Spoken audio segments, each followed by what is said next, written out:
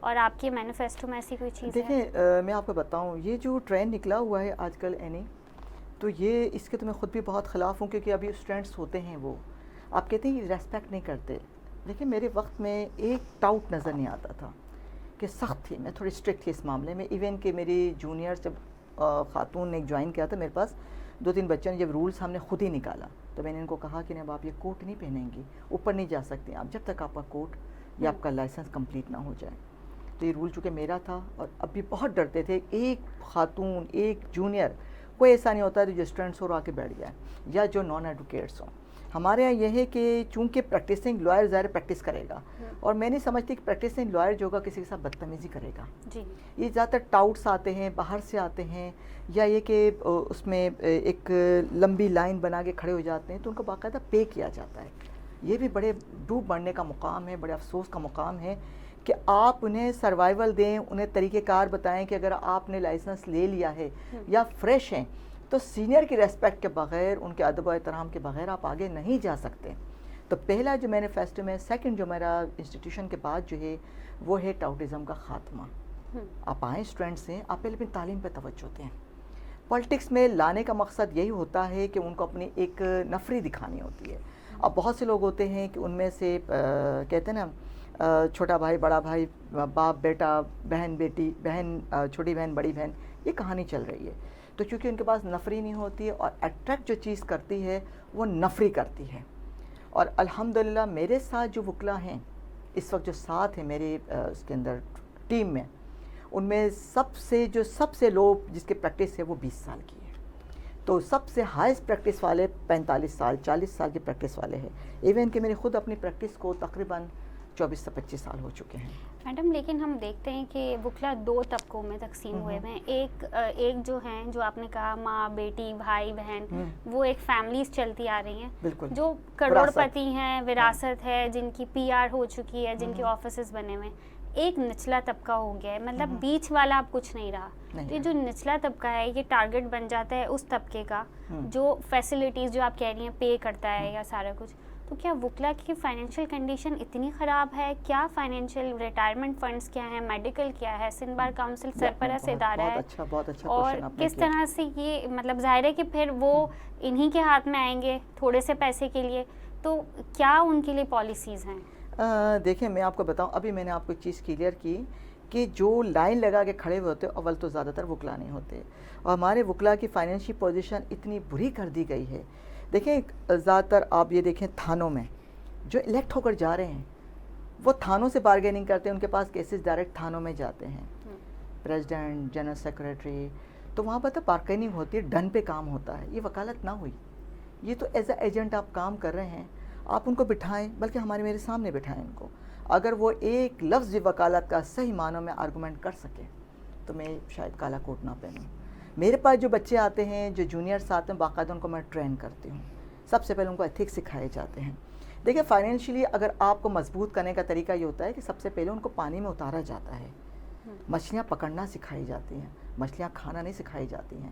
سب سے پہلے آپ کام کریں گے، کام سیکھیں گے تو کمائیں گے. اگر آپ اس طرح سے پیچھے بھاگے ہزار روپے کے پیچھے تو کہاں سے اچھا وکیل نکلے گا؟ آپ یہ سمجھتے ہیں کہ اچھا وکیل ہوگا؟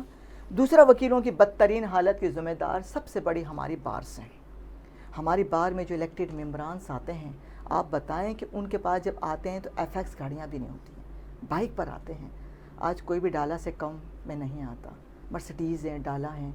تو کیا آپ سمجھتے ہیں کہ جو لوگ ڈالا لے چکے ہیں، بڑے بڑے بنگلو بنا چکے ہیں، جو آپ سب سمجھیں کہ روڑ پتی سے کروڑ پتی ارب پتی بن چکے ہیں، کیا انہوں نے آپ کا درد محسوس کیا تھا ایک عام وکیل کا؟ انہوں نے تو پیسہ لگایا یا اپنا فائنینس سے لیا، پیسہ لگایا تو اس کے بعد وہ کمائیں گے. یہ اکنامکلی رولز ہیں کہ آپ جب پیسہ لگائیں گے تو سرمایہ کو سرمایہ ہی گھسیٹے گا. تو یہ آپ وکیلوں کے ووٹ سے آپ اس کو کما رہے ہیں، بن رہے ہیں، جنرل سیکریٹری بن رہے ہیں، صدر بن رہے ہیں، سندھ بار کونسل کے ممبران بن رہے ہیں، ایون کہ پھر آپ ریپیٹ بھی کر رہے ہیں. تو آپ مجھے بتائیں، سب سے پہلے بتائیں کہ ریپیٹیشن کا پرپس کیا ہے؟ اچھا تو اپنا کوئی سا کام بتائیں کہ اپنا کام ادھورا ہے اور آپ کو وہ کام آگے کرنا ہے. آپ کو ادھورا کوئی ایسا کام رہ گیا ہے جو آپ کنسٹرکشن کروا رہے ہیں، یا ایسا کوئی وکلا ویلفیئرس کے لیے کام آپ نے سٹارٹ کیا، ایسا کوئی آپ نے ٹارگٹ سٹارٹ کیا ہے، نہیں ہو سکا، تو آپ ریپیٹ بھی کریں. آئیں، ہم آپ کو ویلکم کہیں گے، آپ کام کو مکمل کریں. تو وکیلوں کو جو ہے فائنینشلی مضبوط کرنا، ریٹرنشپس کا میں آپ کو بتاؤں، آپ کو میں لائرس پروٹیکشن ایکٹ کا بتاؤں، اس میں باقاعدہ مینشن ہے 10 سال کی پریکٹس ہے تو آپ اسے 10,000 روپے دیں گے ماہانہ. نیو کمرس کے لیے بھی آپ کا باقاعدہ فنڈس رکھا ہوا ہے کہ کہیں بھی آپ جوائن کریں گے تو کوئی بھی سینئر کو 10,000 سے کم پے نہیں کرے گا، ڈی اے دے گا. آپ کی 20 سال کی پریکٹس ہے تو آپ کو 20,000 روپے، 30 سال کی پریکٹس ہے تو 30,000، 40 سال کی پریکٹس ہے تو 40,000. تو اس طرح سے آپ کے پاس تو لائف پروٹیکشن ایکٹ موجود ہے. تو آپ کی کہاں سے فائنینشیل پوزیشن خراب ہو گئی؟ اب وکلا کو جونیئر جو آتے ہیں انہیں آپ کام تو سکھاتے نہیں ہیں. میں نے آپ سے کہا نا انسٹیٹیوشن کا قیام بہت ضروری ہے. اگر انسٹیٹیوشن ایک دم بن گیا تو وہاں سے جو وکلا نکلیں گے اپنا سروائیول خود کمائیں گے. ابھی میں نے آپ سے عرض کی مچھلی پکڑنا سکھائیں، مچھلی کھانا نہیں. ہمیں سروائیول دینا ہے. لیکن لائرس پروٹیکشن ایکٹ کی آپ بات کر رہی ہیں تو پاکستان میں اور اسپیشلی ہمارے یہاں تو قانون بنے ہوئے ہیں، امپلیمنٹیشنز تو کہیں نہیں. اسی کو تو کروانی ہے، اسی کی امپلیمنٹیشن کروانے کے لیے تو جا رہی ہوں، کیونکہ یہ سیاست اور یہ جو عہدے ہیں یہ میرا شوق نہیں ہے. جب میں پڑھاتی تھی اس وقت باقاعدہ آپ کو پتہ ہے یہ جو عہدیداران اب آ رہے ہیں شاید اگر وہ میرا میسج سنیں تو سمجھ بھی جائیں گے، انہوں نے ٹیبلیں پھینک دی تھی میری. مجھے بڑا افسوس ہوا تھا. اور کچھ بچیاں ایسی بھی آتی ہیں جو لگتی ہیں میڈم ہمارے ساتھ یہ ہوا اس طرح سے ہو گیا. تو ان کو باقاعدہ میں نے ٹرین بھی کیا اور الحمدللہ بہترین وکیل ہیں کہ ان کو ان راستوں سے جانے سے روکا. اور ابھی بھی آتی ہیں بچیاں، جونیئرس آتے ہیں پوچھتے ہیں. تو میں کہتی پہلے فری کیسز سے آپ اسٹارٹ کریں، آپ سیکھیں گے تو آپ کو سروائیول کا طریقہ کار بھی ہم بتائیں گے. جب آپ 2-3 کیس فری کریں گے تو خود بخود آپ کے پاس پارٹیاں آئیں گی، وہاں سے آپ کے لنک بنیں گے. ہم نے بھی تو ایسے کیا ہے، ہم نے بہت محنت کی ہے. محنت کرنے کے بعد اس مقام پر ہیں کہ ہمیں ہر دوسرا وکیل بائی نیم جانتا ہے، ہمارے کریکٹر سے جانتا ہے. آج بھی ہمارے سینئر ہمارے سامنے ہوں تو ہم اونچی آواز میں بات نہیں کرتے ان سے. میڈم لیکن گوگل آپ دنیا کا بہت بڑی کمپنی ہے، اس کو اگر آپ دیکھیں وہ اپنے امپلائیز کی جو ٹینشن ہے وہ ٹینشن فری کر دیتا ہے. ان کو صحت، ان کو کھانا، ان کے بچوں کی نورشمنٹ، ہر چیز کی کیئر ٹیکنگ جو ہے وہ گوگل کی کمپنی کرتی ہے. لیکن سندھ بار کونسل تو ہمارا سرپرست ادارہ ہے، وہ وکلا کے لیے کیا کر رہے ہیں؟ کوئی ریٹائرمنٹ فنڈس، کوئی میڈیکل، کوئی تعلیم کے لیے کچھ ہاسپٹل، ریٹینرشپ کی جہاں بات کر رہی ہیں وہاں بھی جو ہے ان بڑے وکلا کی کمپنیز نے جو ہے وہ قبضہ کیا ہوا ہے، کسی جونیئر کو ریٹینرشپ نہیں مل رہی. دیکھیے میں آپ کو ایک چیز بتاؤں، مسئلہ ہے کہ ہم جب تک اپنے ووٹ کی قیمت کو نہیں جانیں گے، ابھی میں نے آپ سے عرض کی کہ ہم خود ووٹ ان کو دیتے ہیں، ان کو بناتے ہیں. وہاں پر ایک وکیل کے پاس 70 ریٹرنشپس، 80 ریٹرنشپس ہے. ان کو کیا فکر ہے کہ وہ کمائیں گے کروڑوں روپیہ جب گھر بیٹھے ان کو آ رہا ہے. ہوتا ہے کہ کمپنی بنانی انہوں نے، اس کمپنی کو آگے انہوں نے بھیجا کہ ہمارے پاس اتنی کمپنی میں افراد ہے، کسی بینک میں بھیجا، نام بھیجے کہ اتنے ہمارے پاس افراد ہیں، لہٰذا اس کا کام ہمیں سپرد کیا جائے اور ہم منتھلی آپ سے اتنا لیں گے. تو وہاں جو سرپرست اعلیٰ ہوتا ہے تو اسی کا اکاؤنٹ میں ڈالے جاتے پیسے. اور بیچارے جن کے نام گئے ان کو تو پتہ ہی نہیں ہوتا. ایک تو یہ طریقہ کار ہوتا ہے، دوسرا یہ کہ بڑی بڑی جو کمپنیز آتی ہیں تو وہ اپنے نام سے لے لیتے، ریٹرنشپ سے آگے آنے نہیں دیتے. دیکھیے ہمارا سب سے بڑا قصور ہماری سوچ کا، ہماری سمجھ کا ہے کہ ہم اپنے ووٹ کی قیمت نہیں جانتے، ہم اس سے کوشچن نہیں کرتے. جس دن ہمارے اندر کوشچن کرنے کی صلاحیت آ گئی تو یقین جانیں ٹاؤٹزم ختم ہو جائے گی، ہم اپنا حق لینے کے قابل ہوں گے. آپ نے مجھ سے کہا دیکھیں میرے مینیفیسٹو میں سیکنڈ چیز جو تھی وہ ایک ہاسپٹل کا قیام تھا، کیونکہ ہمارے یہاں سب سے زیادہ پرابلم ہاسپٹل کی ہے، میڈیکل فنڈز کی ہے. ہمارے یہاں میڈیکل فنڈز کا آپ کو بہت ہنسی آئے گی، مجھے بھی کبھی کبھی بیٹھتی تو بہت ہنسی آتی ہے کہ زندگی میں جناب آپ کو ایک ہی دفعہ بیمار ہونا ہے، اس کے آپ کو 25,000 روپے دیا جائیں گے، بعد میں نہ مانگنا ہم سے. تو کیا آپ مجھے بتائیے 25,000 روپے تو آپ کے 2-3 دن میں ختم ہو جاتے ہیں. میڈیکل کے نام پہ تو شروع سے مذاق چل رہا ہے، ابھی بھی چلا ہے، کبھی 12 کروڑ کا، 25,000، کبھی 12 کروڑ، کبھی 10 لاکھ کی کوئی صحت اسکیم نکل آتی ہے. تو وہ تو مسلسل اس میں کرپشن تو بالکل اوپن ہے.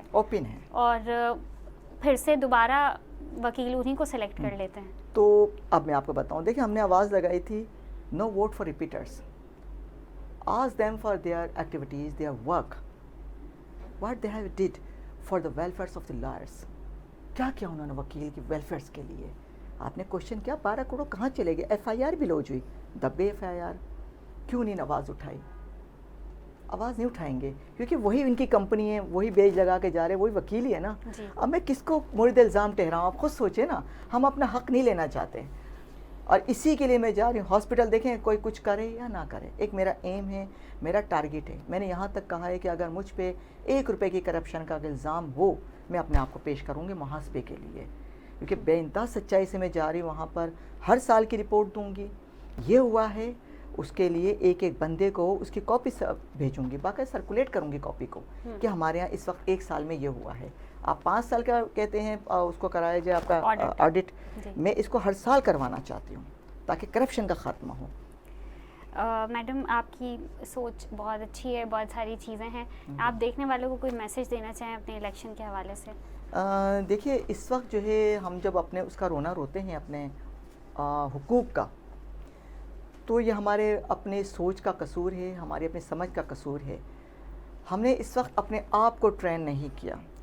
جس دن ہمارے اندر صلاحیت پیدا ہوگی کہ ہم کسی سے کوشچن کر سکیں کہ آپ نے ویلفیئرس آف لائٹس کے لیے کیا کیا ہے، آپ نے ہمارے حقوق کے لیے کیا کیا ہے، کہاں گیا لائٹس کلب کا پیسہ جو محمودہ قاسم نے تعمیر کروا کے دیا تھا، اس کو پاؤں پہ کھڑا کیا تھا، کراچی بار کو پاؤں پہ کھڑا کیا تھا، وہ پیسہ کہاں ہے؟ 18 کروڑ کا سوال کسی نے نہیں کیا، 12 کروڑ کا سوال کسی نے نہیں کیا. جس دن سوال کرنے کی طاقت آپ کے اندر آ جائے گی اسی دن آپ کو آپ کے حقوق بھی ملیں گے اور آپ سروائیو بھی کریں گے وہاں پر. جزاک اللہ الخیر. جی بہت شکریہ میڈم.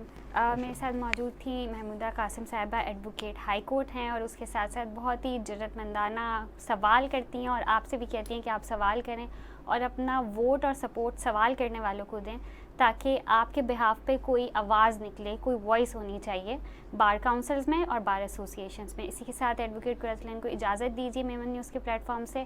ایک بار پھر حاضر ہوں گی، تب تک ہمارا چینل لائک اور سبسکرائب کریں. اللہ حافظ.